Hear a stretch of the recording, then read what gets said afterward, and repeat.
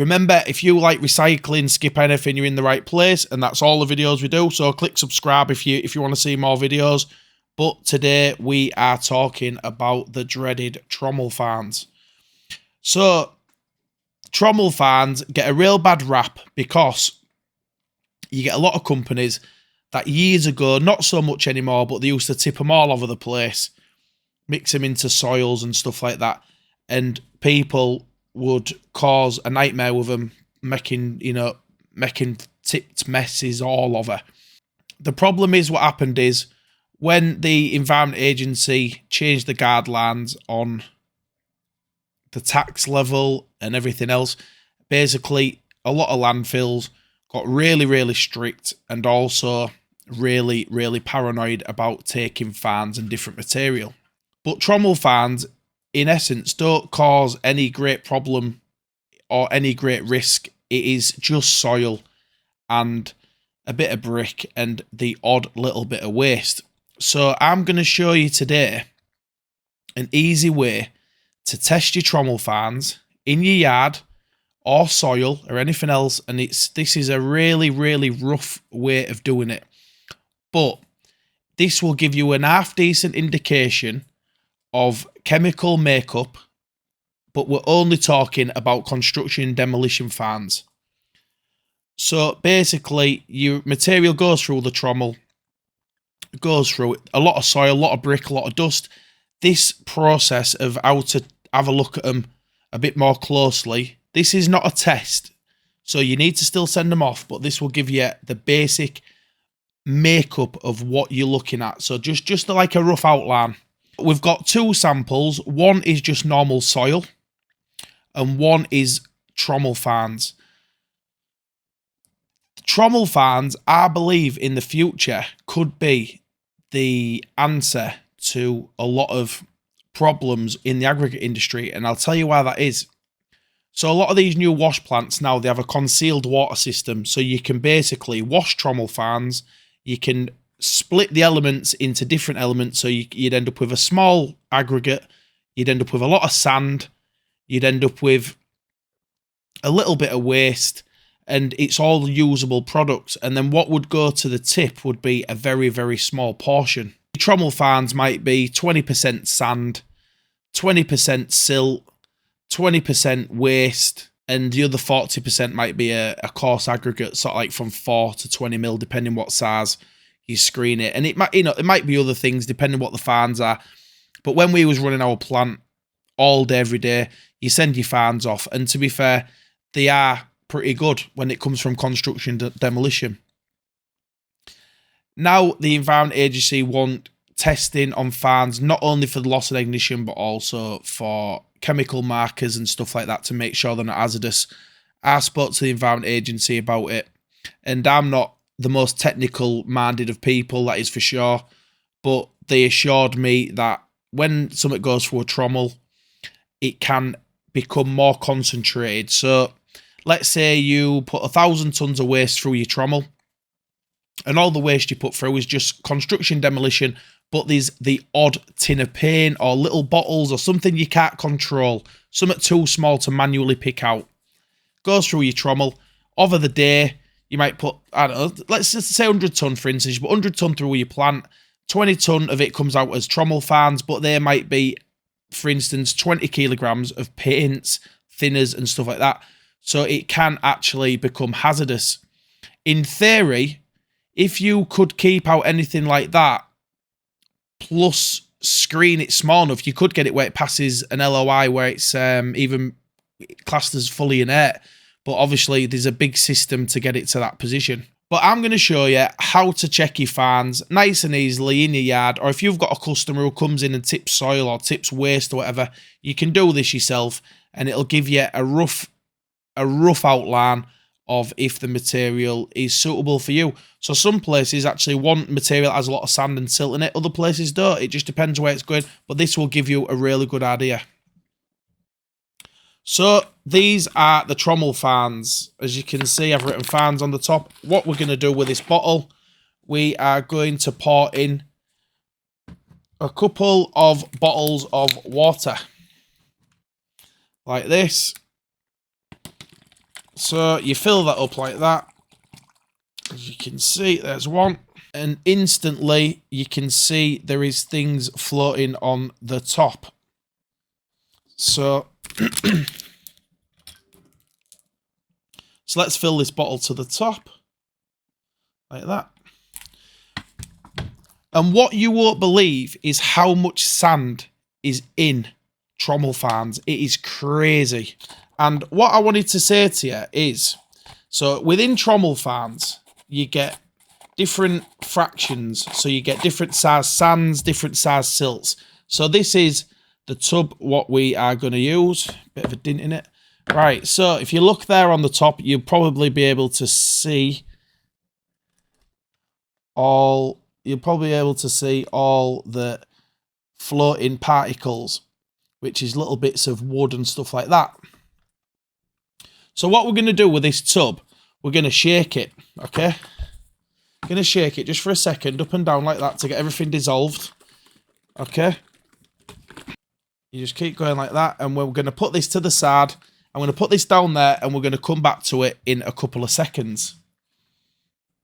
This is the soil, so this is just normal soil, and we're going to do the same thing. We're going to put 2 tubs of water in there. That is the top of normal soil. The difference is the water is also a lot more clear straight away, straight off the bat. Okay, so we'll put the lid on. We're going to put the lid on there. As you can see, it's a lot clearer than the front, and we're going to do the same thing. Going to shake it up. And now what we'll do is we'll leave that with the other stuff for the next minute or two while we continue to talk. So they're going to sit there for the next minute or two. And the problem is, with Trommel fans, is eventually there will be no tips for them to go to. All your waste will be going to energy. Then what will you do with the fans? Because there will be literally nowhere to go. Fans contain so much sand and aggregate that I think in the future they will actually be a valuable product. And like with anything in life, what spoils it is you get these boys that will be making some sort of small shredded waste. They mix it with the fans, and then when it goes to somewhere for reprocessing, it will look like that stuff, but it won't be that stuff. And as you can see, I'm going to give you a little update. So that is just after a minute or two. And as you can see all the sand on the bottom? So that is all sand. There, look. And then this middle part is the silt.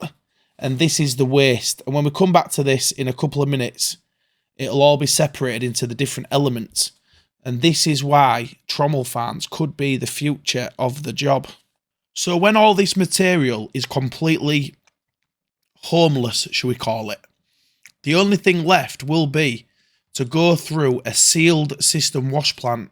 So these Trommel fans and soils and things like that have naturally occurring sands in them, and it is ideal for them to go to be washed and cleaned and reused. And once every tip is gone and there's no more tips left, literally the only option will be for this type of material is some kind of washing and split it into the different fractions and to actually give you a valuable product. So let's say, for instance, your Trommel fans contain 5% waste.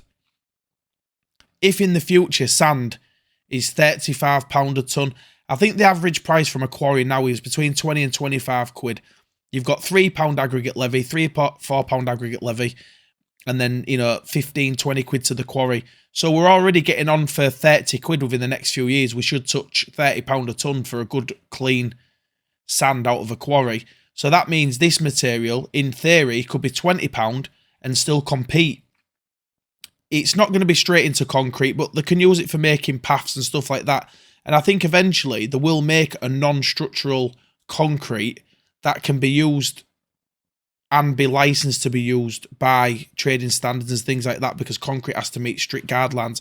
I'm not an expert on concrete and I don't know all the rules and regulations around it, but I know that if you call a concrete, for instance, a C30, it's got to meet the criteria for C30 or C20 or C10 or whatever it is you're using it for. But this sort of sand would be ideal for anything underground or out like that. It'd be perfect for putting curb edges. Obviously, if you was building a big skyscraper, you would want virgin material just so you've got the consistency. But anything else, it'd be perfect for. The thing that I can't understand is with this is that these companies who make wash plants and they make screeners and stuff like that, why they're not talking about it. If I was involved in a company that did wash plants and things along them lines, I would be literally having every person I know building a little small wash plant, some at the size of a 20-foot container that could process a Trommel running all day, maybe 25 ton, 30 ton of Trommel fans. You imagine if you could have some at the size of a 20-foot container, little conveyor belt on the top, you're dropping your fans in all day, you've got a sand screw or a cyclone taking all the sand out, you've got a little small screening deck taking the gravel out, and a little garbage chute just firing the garbage off. Imagine how good that'd be. So instead of companies paying £10-20 a tonne to get rid of Trommel fans, or even your soil, these plants can do soil. So let's say they're paying £10-20 for your Trommel fans or £30 to get rid of them. You'd actually be getting paid £20-30 a tonne for the sand that comes out of it. You'd have a nice little aggregate coming out of it, and you would have a little bit of waste. It's one thing I don't understand. We can build screeners. Obviously, you guys will probably know that I'd build screeners and, you know, we can work on crushers and stuff. But wash plants is something I've got no real direct experience building. And I understand the principle, but I don't know how to build one. But believe me, if I was CDE or one of these companies, I would be making a wash plant that could process 20-30 tons a day of Trommel fans into aggregates and sand. It'd be, they won't be able to make them fast enough, I don't think. Because if somebody come here with one of them, I would snap their hand off. The only problem will be is water. But you could have, I don't know, if you're only washing 20 ton a day, surely if you had, I don't know, a 20,000 litre tank or whatever, you know, 3 tanks in a line, you know, or 2 tanks, 1, 2, and let the silt settle. Because that's the problem. You don't want to be washing things with dirty water. That is the problem. But I really do genuinely believe that screening fans and everything else, that is not the future. The only future for it is some sort of washing, and there's no way to separate aggregate and sand and waste without using water. There's always been the argument with picking lines and manual sorting and things like that. The problem is with a picking line, you're making Trommel fans and you're making 10 or 20 different things over picking things off the floor. So when you pick your waste up off the floor, you don't make Trommel fans because they're not spinning round and breaking up, and that's what Trommel fans in essence are. A bit of soil, bit of brick, and little bits off every single thing that goes through the Trommel. It's just a mixture, but the only way to separate them is with water. You're never going to clean it with any sort of air or anything else, and you're just making another product that's a pain in the ass to get rid of, and that's why a lot of people just stick with manual picking. Pick it off the floor, pick all the rubbish out so there's nothing left. You might have a bit of dust, a bit of feet, they just push it up, and then the next skip gets tipped. It might be a soil skip.